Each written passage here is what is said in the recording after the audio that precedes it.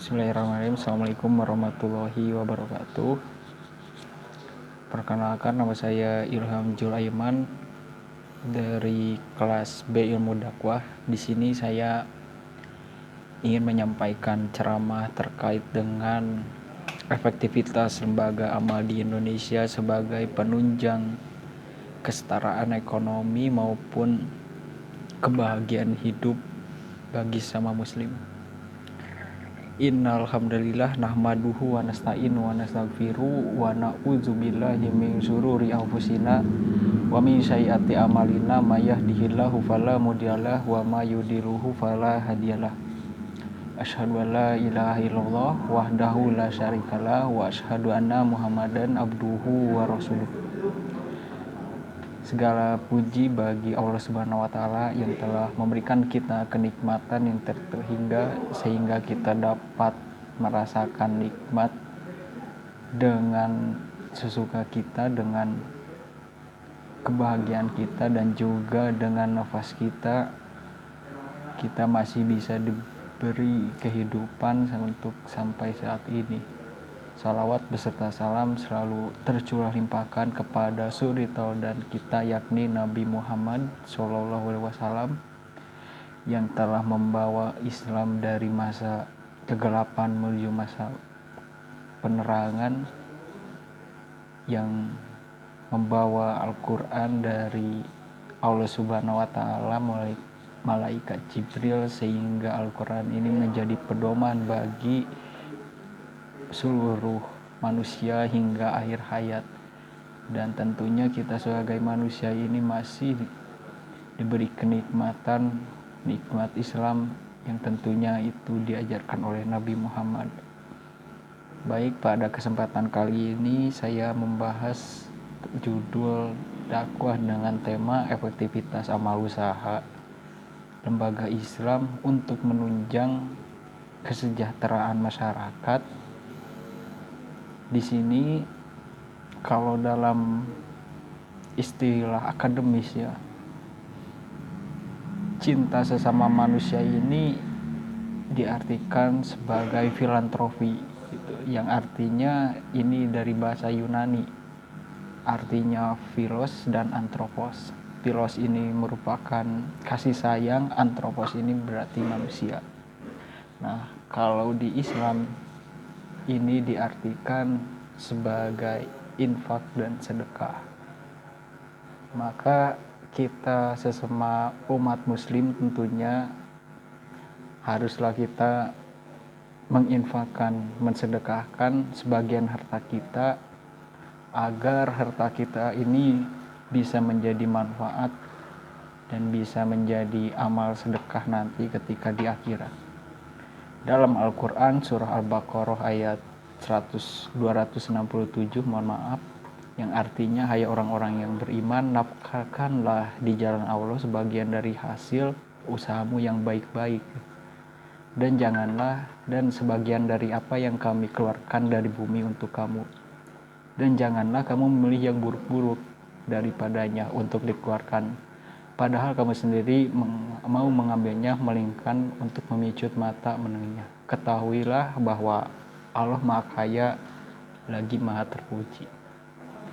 Nah, di sini dalam surah Al-Baqarah ayat 267 ini dijelaskan bahwa pentingnya untuk berbuat baik kepada sesama manusia itu. Karena sesama manusia ini adalah makhluk sosial, yang artinya bahwa manusia itu ketergantungan antara manusia dengan yang lainnya gitu. Nah, di sini kewajiban memberi sedekah kepada sesama muslim itu wajib hukumnya. Maupun kita tidak punya harta ya, bisa dengan sedekah pakai tenaga, bisa melalui pikiran, itu pun bisa gitu. Ada sebuah cerita menarik ya, saya lupa lagi judulnya, yang isinya itu ada seorang yang taat ibadah kepada Allah. Dia taat ibadahnya, dia tidak pernah meninggalkan sholat wajib ataupun sunnah, dia selalu ke masjid, dan akhirnya dia mati lalu dimasukkanlah dia kepada neraka. Lalu dia itu kebingungan, kenapa saya dimasukkan kepada neraka? Kata Allah, lihatlah sekelilingmu, lihatlah anakmu, apakah kamu egois dengan apa yang kamu lakukan sehingga anakmu, teman-temanmu, dan juga sekelilingmu itu masih kelaparan gitu. Artinya bahwa untuk menunjang kesejahteraan itu perlu adanya kesadaran diri dari tiap masing-masing lembaga individu. Nah, masalahnya di sini kehidupan bermasyarakat di zaman digital itu semakin sempit. Karena apa? Karena mereka terbiasa dengan hidup yang sederhana, hidup yang emang itu serba insan gitu. Makanya mereka dianggap sebagai tidak membutuhkan siapa-siapa gitu. Padahal kalau kita lihat gitu, kita membutuhkan orang-orang gitu. Nah, di sini efektivitas lembaga amal usaha yang ada di Indonesia itu banyak sekali tentunya, dan lembaga ini akan cuma-cuma apabila kesadaran individu kita masing-masing itu tidak ditumbuhkan gitu.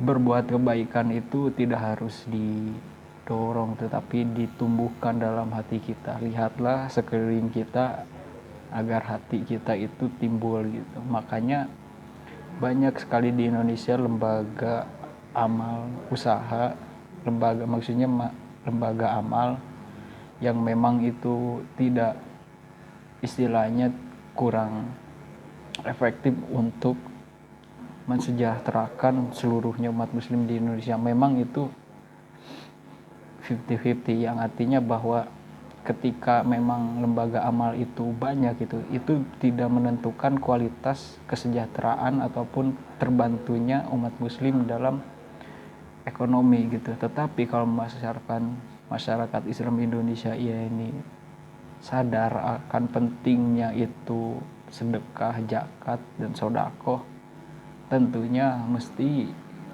lembaga amal yang sebanyak yang kita punya ini masih ramai masih sibuk untuk membagikan sedekahnya kepada orang-orang yang membutuhkan tentunya gitu.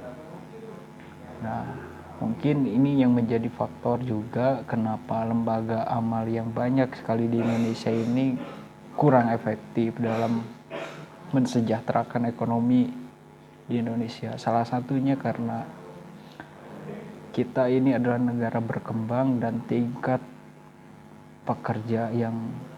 pekerjaan pun itu masih banyak orang-orang yang istilahnya lapangan pekerjaan kurang dapat gitu. Ya istilahnya banyak yang nganggur gitu. Jadi makanya antara kesenjangan sosial ini memang sangat-sangat signifikan gitu. Terus juga tingkat pendidikan di Indonesia ini sangat rendah gitu.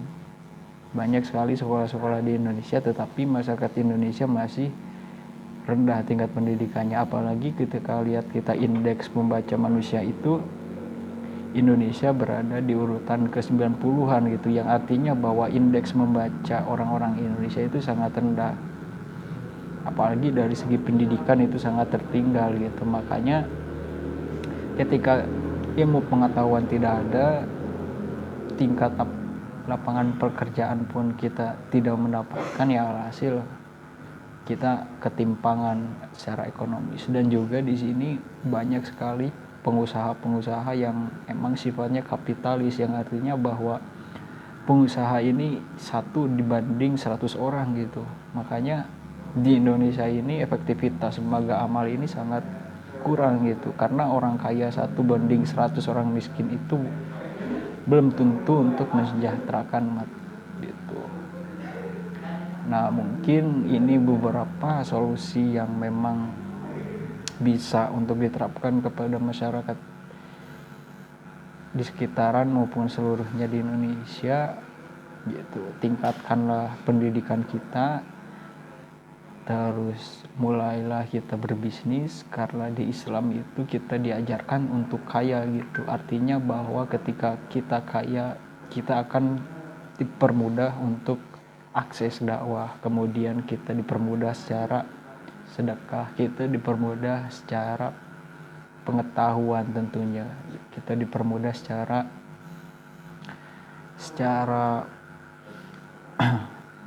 dakwah maupun secara mobilisasi dakwah gitu. Makanya penting gitu bahwasanya umat Islam ini menjadi kaya, menjadi pembisnis, itu sudah menjadi sunnah gitu.